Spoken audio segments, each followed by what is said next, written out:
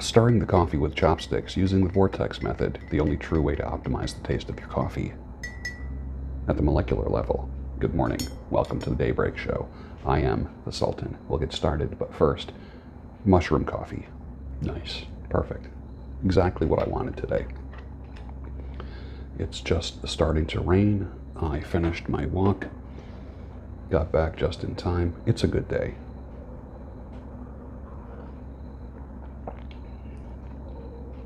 I might have to postpone the show. This coffee is way too good.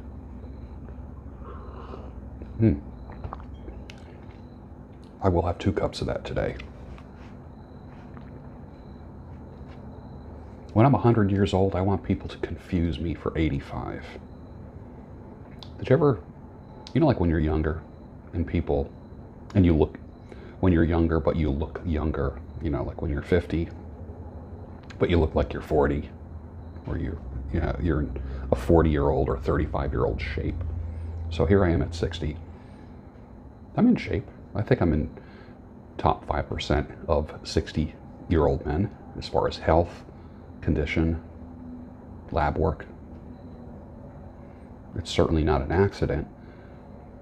When I look at classmates, like high school classmates, they look like they're ready to die. It's weird, very weird.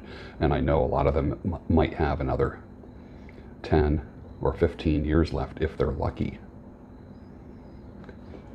Does that whole you look young for your age, does that last throughout your lifetime? So when I am 95, is somebody going to mistake me for a 75-year-old? You know what I'm saying? Does that scale as you get older? Geez, you're 100? My God, you only look 85. Like, what does 85 look like? I don't know. I have friends. This is weird. I have friends I have 2 friends specifically that are both, one is 14 years older than me, one is 15 years older than me. The guy that is 14 years older than me, he's 74 now. 74. Like I can't believe. He's as youthful and as sharp as can be. I can't believe he's 74. Like 0 limitations. You want to do a 5-mile walk at Valley Forge Park? Let's do it. Go to the gym with me? Let's do it. Like 0 limitations. Not stuck in his ways. Well, he is a little bit of a fundamentalist, which that's probably his biggest liability. The other guy, who's 15 years older than me, looks and acts older, slower, but mentally sharp.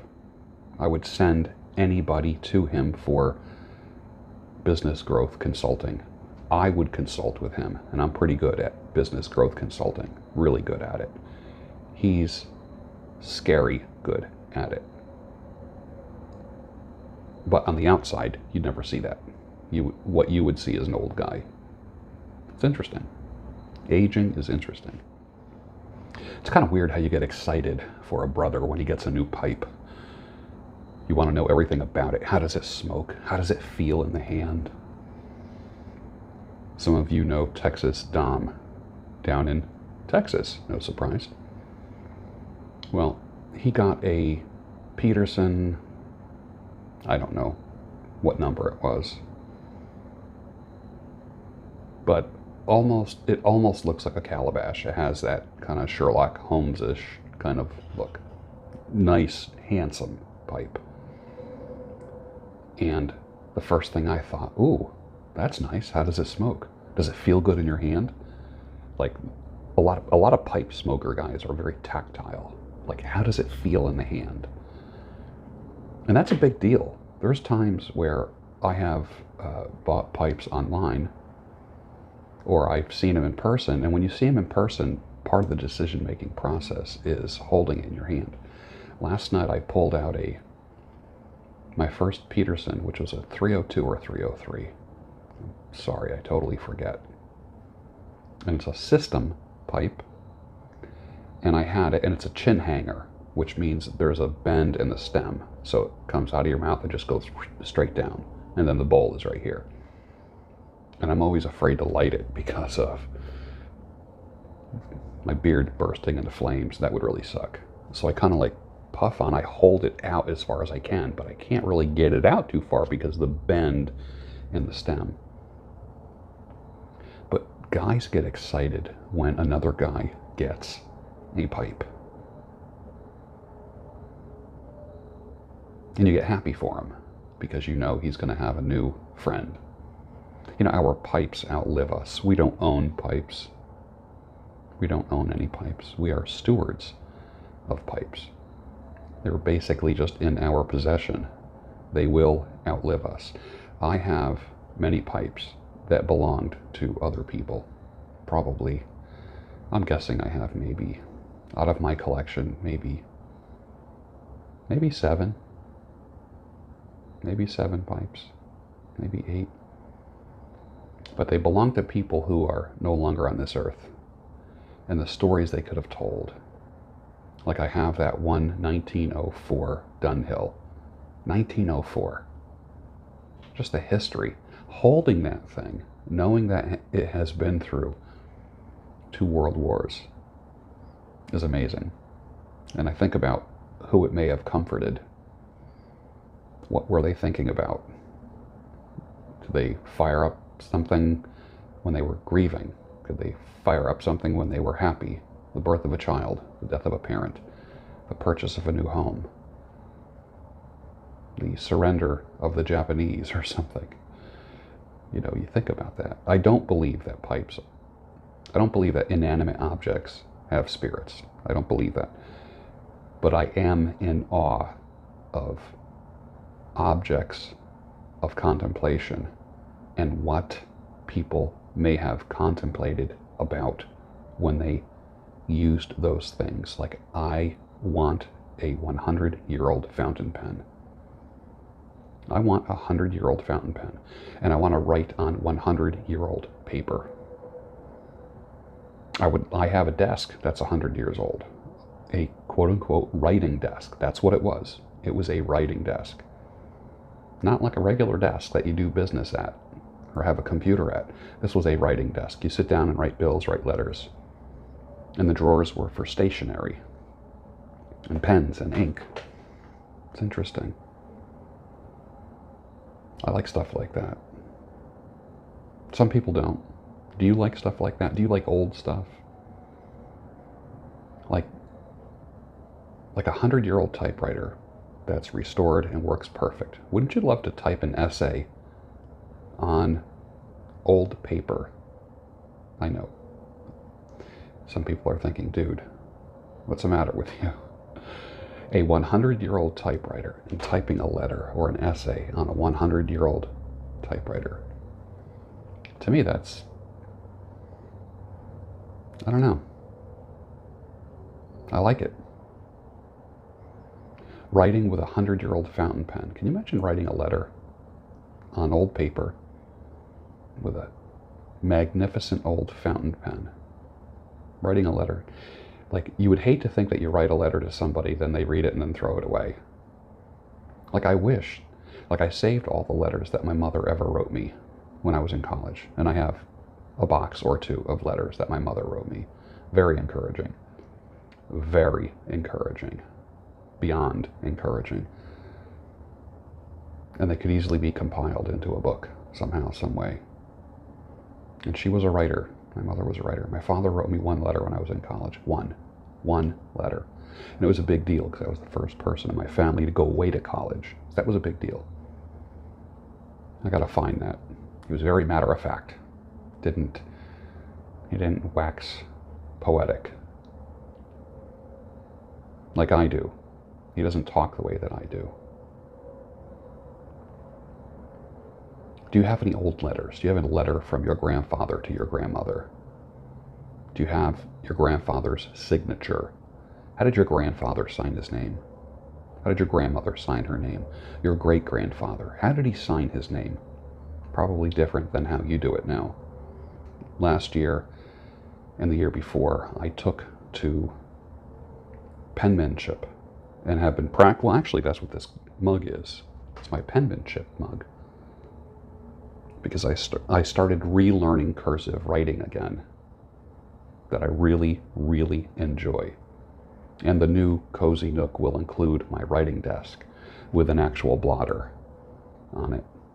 You know what a blotter is? And I will probably write letters from it, either with a fountain pen or a dip pen. And I will write letters to my children. I will do that. But you get excited when people get new things. And it's not so much, oh, so-and-so got a new car. That doesn't matter to me as much. Or look at the new suit that so-and-so got. When someone says, I got a new fountain pen, I'm like, ooh, really? How does it write? How does it feel in your hand? What kind of ink are you using? Someone gets a pipe, same thing.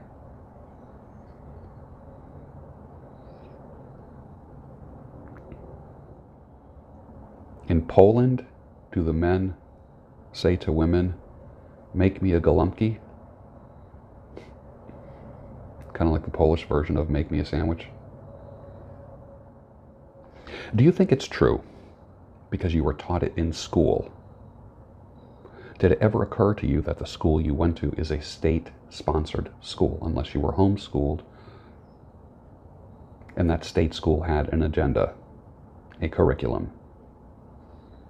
Historians don't write history anymore. You know that, right? People with political agenda do. And you're taught in your education to not question those things. Just think about what you learned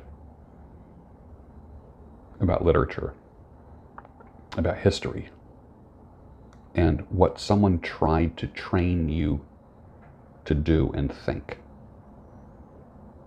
There was an agenda behind everything you ever learned.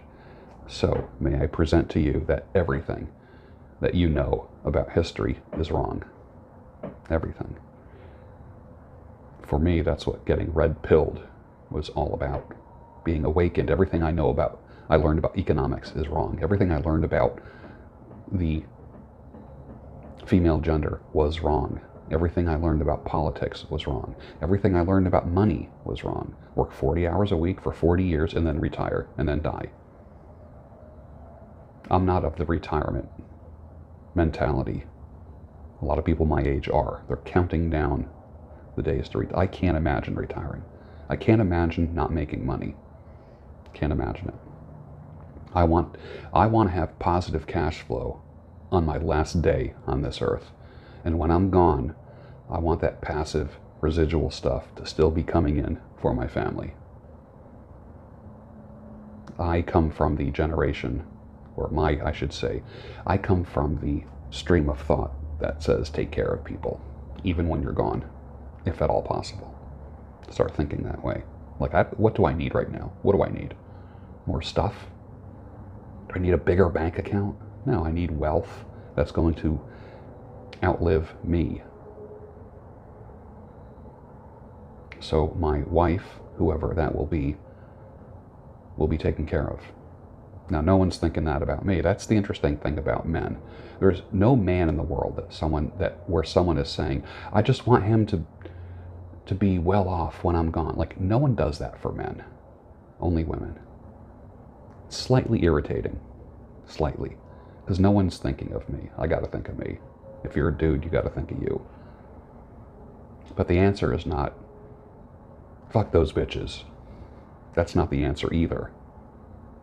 But the answer is not the other extreme. Work yourself to the bone so everyone else benefits and then you die.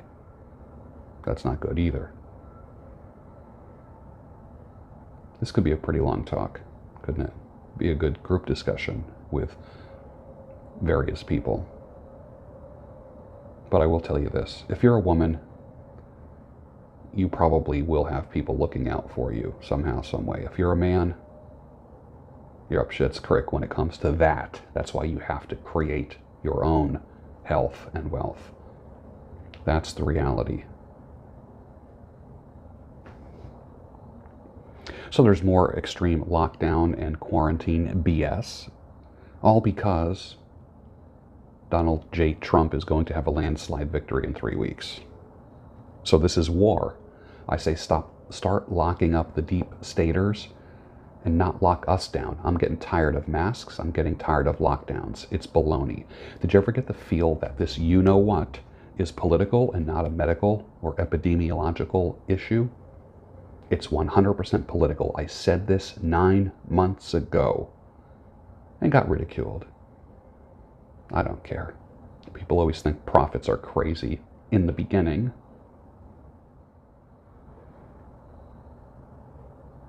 Married men, does your wife come right out and tell you that she needs some lovin', or does she expect you to be a mind reader? Asking the married men that. If you are not giving your wife regular sexual pleasure and release, she will get that somewhere else, somehow, some way. I don't care who she is. I don't care what her values are. I don't care. Only your lame mind says, well, she just lost desire. She's just not into it anymore. Really? No, she's just not into it with you, you fat lard ass. It's about time that you do something for you. You can't buy your way to your wife's love. Oh, we got a new vacation spot. We got a new condo. I bought her this. I bought her that. Good luck. Rot's a ruck. Work on you. Get her doing a double take on you. When she divorces your lame ass and she says you're not the man she married, she'll probably be 100% correct, most likely. The reason why your wife's not sleeping with you is because of you. That means you got to take responsibility for something, don't you? So what other fantasies and lies do you believe in that you try to justify your sinful behavior? If you're not making love to your wife, you're sinning. You're sinning. I don't care what anyone says. It's sin. Keep your wife happy. Not with stuff, but with you. But maybe you don't have enough confidence in you, which is probably the case. I can probably help with that, or I can probably just ridicule the shit out of you. Do not neglect your wife. Dude, do not neglect your wife. And ladies who are watching this, don't neglect your husband. Surprise him. Give him something you probably haven't given him in a long time. It's 2 letters of the alphabet. Surprise him. Some other thoughts on this. Prior to marriage, if she needs her battery-powered friend, more power to her. It might be understandable. After marriage, there's no reason why a married woman would ever need a vibrator. You are her source of pleasure and release. You are. And if you're married and your wife cheats on you with a vibrator, you lost.